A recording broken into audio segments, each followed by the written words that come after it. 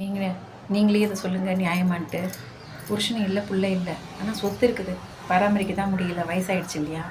சரி, நம்ம கூட பிறந்தவங்களோட பிள்ளைங்களும் நம்ம பிள்ளைங்க தானே அப்படின்னு சொல்லிட்டு அதில் ஒரு பிள்ளைக்கு சொத்தை தானப்பத்திரமா எழுதி கொடுத்துட்டுப்பா, நீ என் காலம் இருக்கிற வரைக்கும் என்னை பராமரிப்பான் அப்படின்னு சொன்னால் அந்த பிள்ளையும் நல்லா தான் கவனிச்சிட்டு வந்துச்சு.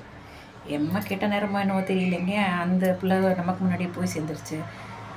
இப்போ அந்த சொத்து அவங்க பொண்டாட்டிக்கிட்ட போயிடுச்சு, அதை அனுபவிச்சுட்ருக்கா. சரிம்மா நீ வச்சுக்கோ அந்த சொத்தை, ஆனால் என்ன அவன் கவனித்த மாதிரியே என்ன கவனிச்சுக்கோன்னு சொன்னால், இல்லை ஏன் புருஷன் சொத்து எனக்கு வந்துச்சு, நான் ஏன் உங்களை கவனிக்கணுன்ட்டா.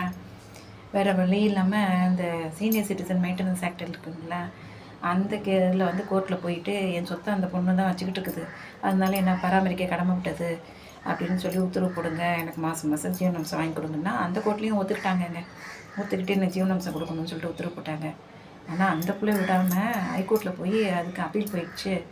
அங்கே போய் என்ன சொல்லுது, நான் இவங்களோட வாரிசே கிடையாதுங்க, சட்டப்பூர்வ வாரிசே கிடையாது, என் புருஷன் இருந்ததுக்கப்புறம் அவரோட சட்டப்பூர்வ வாரிசுங்கிற முறையில் இந்த சொத்து எனக்கு கிடச்சிதுங்க, நான் ஏன் இவங்களை பராமரிக்கணும் அப்படின்னு கேட்டுருச்சு.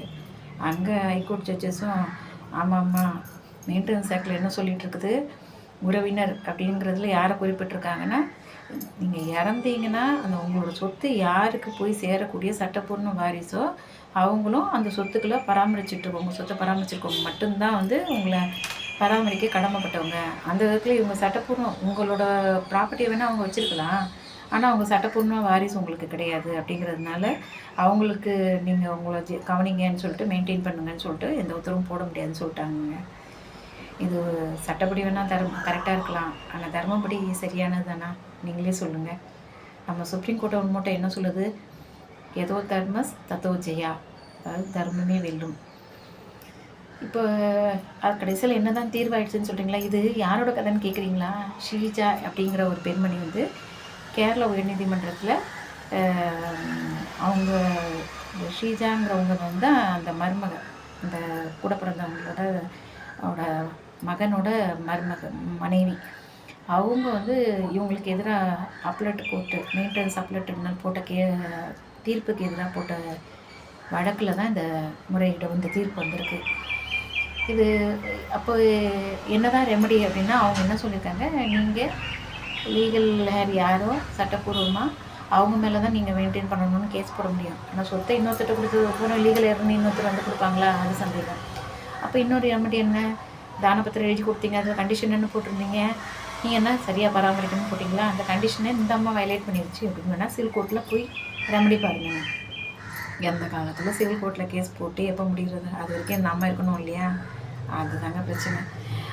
இது முக்கியமாக நான் சொல்ல வந்தது என்னென்னா, ஏன் இந்த மாதிரி ஒரு சூழ்நிலை ஏற்படுதுன்னா, ஒரு இந்து பெண், குழந்தை இல்லாத ஒரு இந்து பெண், அவங்களோட சட்டப்பூர்வமான வாரிசுங்கிறது ஹிந்து சக்ஷனில் யாரை சொல்லுதுன்னா, ஒன்று அந்த அம்மா கிட்ட இருக்கிற சொத்து கணவர் மூலமாக இருந்துச்சுன்னா திருப்பியும் அந்த கணவரோட குடும்பத்தாருக்கு தான் போய் சேரும், அவங்க தான் லீகல் ஆர வருவாங்க. இல்லை அப்பா வழியிலேருந்து வந்துச்சுன்னா அவங்களோட சட்டப்பூர்வ வாரிசுன்னு இருக்கும். இவங்களோட சுய சம்பாத்தியமாக இருந்ததுன்னா அந்த சொத்தும் கணவருடைய சட்டப்பூர்வமான வாரிசுகளுக்கு தான் போய் சேரும். அதாவது சட்டப்பூர்வ வாரிசுனா என்ன, மாமனார் மாமியார், அவங்களோட கொழுந்தனாருங்க, அப்படி அவங்களாம் யாரும் இல்லைன்னா அப்பா, அப்புறம் அம்மா, அப்பா இல்லைன்னா அப்பா அம்மாவோட வாரிசுகளான கூட பிறந்தவங்க அவங்களோட பிள்ளைங்க. ஸோ இவ்வளோ படிகளை தாண்டி தான் இந்த சட்டப்பூர்வமான வாரிசுன்னு வரும். ஏன்னா இவங்க கூட பிறந்தவங்களோட பிள்ளைக்கு தானே எழுதி கொடுத்துருக்காங்க. அப்படி இருக்கச்சு இது போன்ற சட்ட சிக்கல்லாம் ஏற்படக்கூடிய வாய்ப்புகள் இருக்குது. ஸோ குழந்தை இல்லாத நபர்கள் இது குறித்து அந்த சட்ட தகவலை தெரிஞ்சுக்கணும். இது அதிகமாக நமக்கு தெரியாததுனால தெரிஞ்சவங்களுக்கெல்லாம் ஷேர் பண்ணுங்கள். இது மேன்மேலும் ஒரு சட்ட விழிப்புணர்வு ஏற்பட உதவி செய்யும். நன்றி.